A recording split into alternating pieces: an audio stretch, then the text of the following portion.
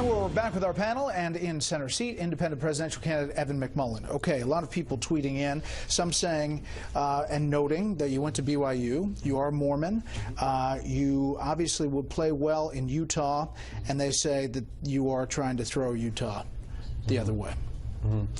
We're trying to win Utah, let's make that clear, and we're trying to win in this election. That is our goal. Again, Donald Trump is a terrible candidate. He's alienating. What about Hillary Clinton? Is she a terrible candidate? She is too. She's absolutely dangerous. She's a person who thinks she's unaccountable to the American people. She's absolutely unacceptable and unfit for office, especially at a time when 82% of Americans believe that the country is on the wrong track. We need, we need something new. I believe it's time for a new generation of leadership in this country. All right, Tim Moriarty on Twitter says, what is your plan on tax reform?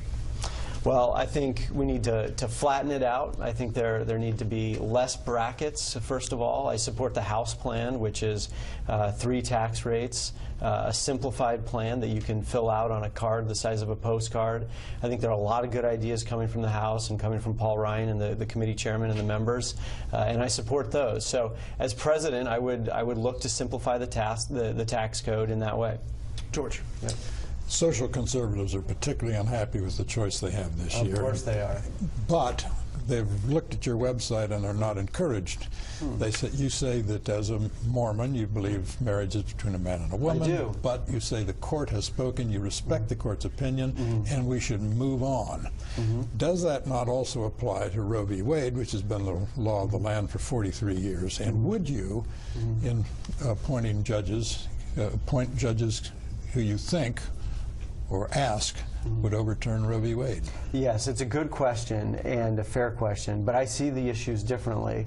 On the issue of life, it's life. So I actually would pursue court appointments that would overturn Roe v. Wade.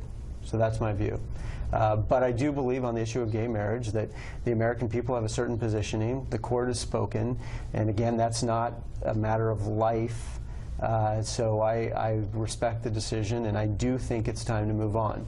But on a matter of life, I remain committed to overturning Roe v. Wade. We're seeing the violence in Milwaukee, obviously the tension between law enforcement and the African-American community. How would you as president handle race relations in America? Well, first of all, I think as a white person, I think it's time for us to acknowledge that African Americans do actually face some challenges in this country that are unique to them, and minorities in general. I think we need to do that. That would be my first step. That would be my first message to them. I would do far more outreach than maybe others would, certainly more than Donald Trump would. I think that has a big effect. The tone of a president impacts the attitudes of a country.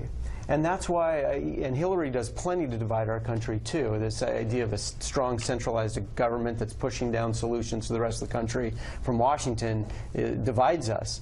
But in terms of Donald Trump, he's divided us along racial lines or along religious lines.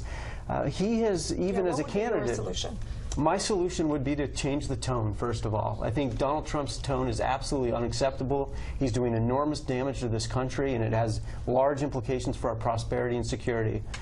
All right, Chuck.